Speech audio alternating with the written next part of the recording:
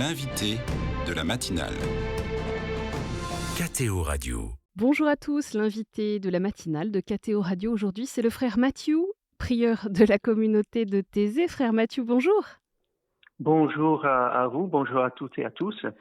Vous êtes né dans le nord de l'Angleterre dans une famille anglicane pratiquante. Vous êtes devenu membre de la communauté de Thésée en 1986 et le 2 décembre dernier, frère Mathieu, vous avez succédé à l'âge de 58 ans au frère Aloïs comme prieur de la communauté de Thésée. Une première question pour nos auditeurs, comment est-ce que vous avez reçu votre charge de prieur et comment se passent vos premiers pas? Oh, oui, c'est vrai que c'est depuis 2 ans déjà, en communauté que nous savions que ce changement Que ça aurait se lieu. préparait, oui. Voilà, frère Aloïs nous a annoncé son intention de se retirer. Alors, il y a eu tout un processus de transition. Frère Aloïs avait fait une consultation des frères. On était invité de mettre le nom de 2 frères qu'on pourrait imaginer comme éventuellement prieurs de la communauté, après un temps de prière et de silence. Et voilà, après la consultation, son choix s'est porté sur moi. Il m'en avait parlé. Je lui avais donné un peu des raisons pourquoi je croyais que ça ne devait pas être moi. Mais voilà, Ça n'a pas après suffi. un temps, ça n'a pas suffi, non. Et après un temps d'échange, et aussi j'avais parlé avec des personnes extérieures de la communauté qui nous accompagnent. Voilà, j'ai compris que je pouvais dire oui. Et je suis très, très touché par les messages de soutien, les promesses de prière que nous avons reçues depuis l'annonce publique au mois de juillet. Et voilà, nous avons préparé ensemble avec les frères cette prière, cet office de transition qui a eu lieu le 2 décembre à Thésée dans l'église de la Réconciliation. Et on était très, très touchés par ce moment où on a senti vraiment que nous étions ensemble comme communauté. Vous C'était venez précédé de... par 3 jours de silence et de retraite, animés par 2 sœurs. Alors voilà, c'était quelque chose de très beau. Vous venez de donner le nom de l'église de la Réconciliation à Thésée parce que l'unité, la réconciliation, ce sont des motifs Oui, essentiels de votre communauté. Ça fait partie du charisme de la communauté. Comment se vit la tout à fait. communion entre vous au quotidien alors que vous êtes d'horizons si différents, de cultures, de langues, de confessions différentes? Oui. On le vit très simplement dans la confiance que chaque frère a reçu cet appel à vivre en réconcilié. Non? Et notre fondateur, frère Roger, il parlait toujours d'une parabole de communion. Donc une parabole, c'est une image qui parle en peu de mots d'une réalité profonde. Et c'est ce que nous essayons de vivre. Et déjà de se mettre ensemble 3 fois par jour pour prier, cela crée des liens, ça nous aide à comprendre qu'il y a une unité qui est déjà donnée dans le Christ. On se souvient tous de la prière de Jésus dans le 17e chapitre de Saint Jean. Il prie pour l'unité de ses disciples. Il met même la crédibilité de sa venue sur cette unité entre disciples. Alors, c'est quelque chose que Jésus a voulu. Il prie pour cela toujours. Et voilà, on voudrait vivre de cette prière. Ça ne veut pas dire que, oui, on est en train de discuter tout le temps les différences entre nous ou même ce qui nous unit. Il y a une confiance qui est là, qui va, dans un certain sens, plus profondément que cela. Voilà. Frère Mathieu, la communauté de Thésée a été fondée au milieu du XXe siècle. Quels sont les grands enjeux pour la communauté aujourd'hui? Comment est-ce que vous pourriez nous les décrire? C'est drôle, mais moi je vois 2 axes. D'abord, c'est toujours l'écoute.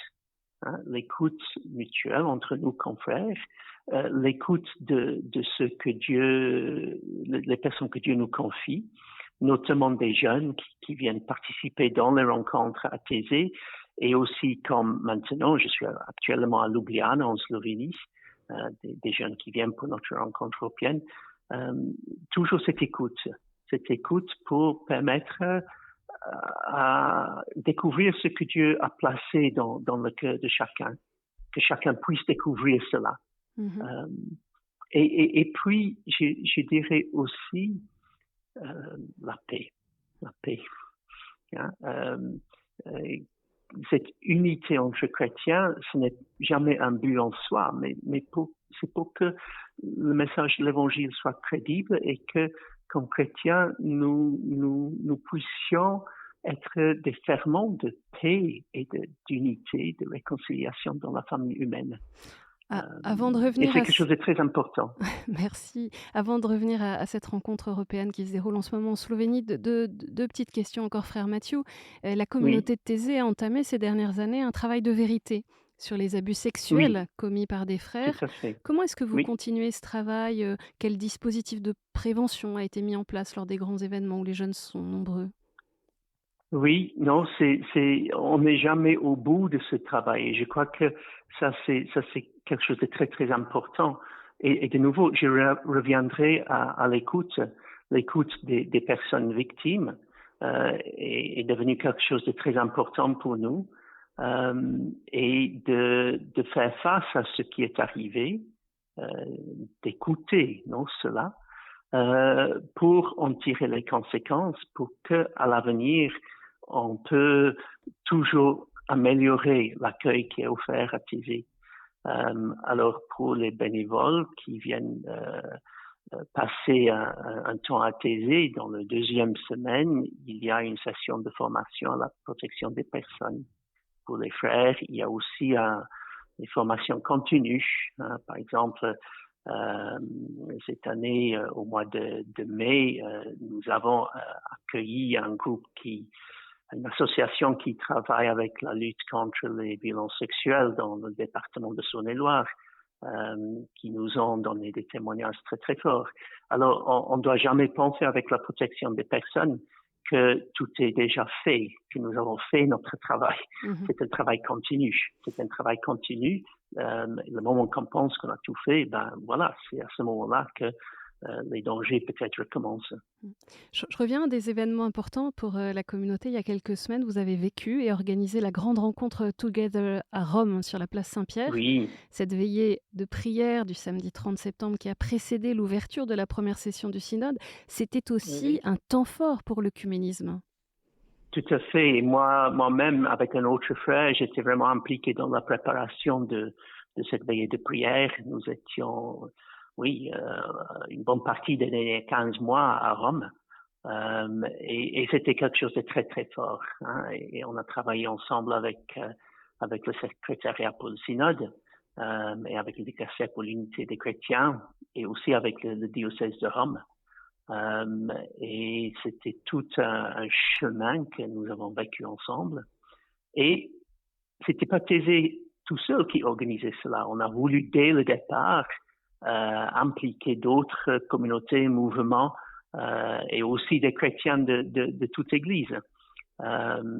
De voir ces différents partenariats se construire, c'était une démarche synodale en soi. Euh, on a trop vécu, je pense, dans nos propres coins, chacun faisant des choses à son propre Mmh. compte ces derniers temps. Mais de vraiment vivre quelque chose ensemble, c'était très, très beau. Et la veillée même, nous étions vraiment très heureux de la réponse des représentants des églises différentes. Et je pense que tout le monde était touché par cette invitation du pape François qui invitait des frères et des sœurs de différentes traditions chrétiennes de venir confier à l'Esprit Saint le travail de l'Assemblée des évêques du synode. Cette humilité de demander des chrétiens d'autres confessions de prier pour quelque chose qui devait avoir lieu dans l'Église catholique, ça a beaucoup, beaucoup touché. Hein, ça a beaucoup touché. Et le pape lui-même faisait le lien souvent entre la synodalité et l'écuménisme, que la synodalité est forcément un chemin œcuménique et le chemin œcuménique est aussi synodal.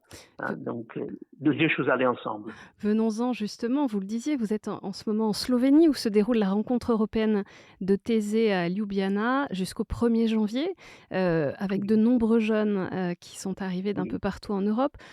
Frère Mathieu, peut-on encore parler d'un pèlerinage de confiance aujourd'hui dans un monde en guerre, dans un monde si fracturé? Alors c'est justement ça le grand défi, hein, c'est justement ça le grand défi. Et puis, euh, comment reconstruire la confiance là où ça a été malmené. Et on peut aussi parler de ça dans le contexte des abus. Hein, comment est-ce qu'on ose parler encore de la confiance? Mmh. Mais au même moment, c'est que la confiance qui peut construire. Et on doit lutter pour que cette confiance puisse être crédible. Hein. C'est ça l'enjeu aujourd'hui. Euh, Le thème de cette rencontre et européenne, c'est cheminer ensemble et c'est comme un voilà, écho au synode. voilà, tout à fait. Et tout passe par l'écoute mutuelle. Hein. Sans cette écoute, on ne peut rien construire. Si je suis là pour imposer mon avis sur l'autre, pour essayer de dire que moi j'ai raison et l'autre a tort, ça ne marchera jamais. Hein. Et est-ce que c'est vraiment ça le chemin de l'Évangile? Hein. Le Christ était doux et humble de cœur, s'est mis à l'écoute des autres, à cheminer avec ceux qui étaient exclus. Même avec ceux qui faisaient partie de ceux qui opprimaient son propre peuple.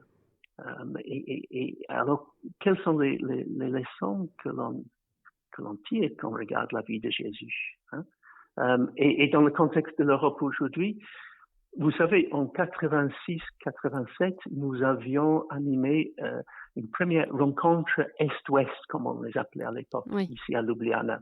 Et je lisais justement des articles de journal qui parlaient voilà, que c'était comme une anticipation d'une Europe réconciliée. Et c'est vrai que dans les années 90, on croyait être sur ce chemin-là.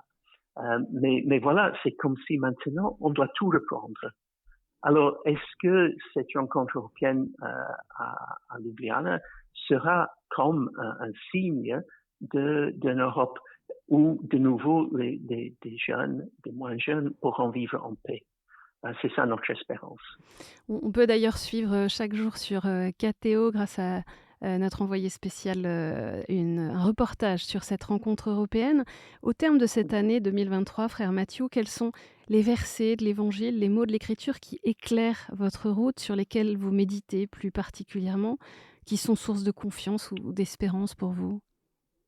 Alors, nous allons chanter un très beau chant en slovène pendant la rencontre, avec un verset tiré du psaume 36.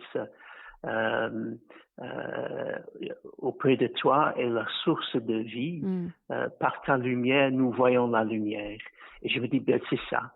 On a à nous approcher à cette source vivante qui est Dieu, qui est et de nous laisser baigner dans sa lumière, cette lumière qui devient visible en Jésus, que nous fêtons pendant ce temps de Noël. Et voilà, essayer de tout voir à partir de cette source et dans la lumière que nous dégage le visage de Jésus. Nous ne pouvons pas fuir le passé, mais nous pouvons le regarder à la lumière de cette présence. Merci beaucoup, frère Mathieu, d'avoir été l'invité de la matinale sur KTO Radio. Ça nous a permis de commencer à vous découvrir. Je rappelle Voilà. que vous êtes J'espère le que vous avez compris mon français. Ça va? qui est tout à fait parfait, puisque vous êtes OK. donc natif d'Angleterre et je C'est rappelle que ça, vous êtes oui. le prieur de la communauté de Thésée depuis le 2 décembre dernier. Très bonne journée et très bonne fin d'année, frère Mathieu. Merci encore. Merci à vous et salutations à tous nos auditeurs.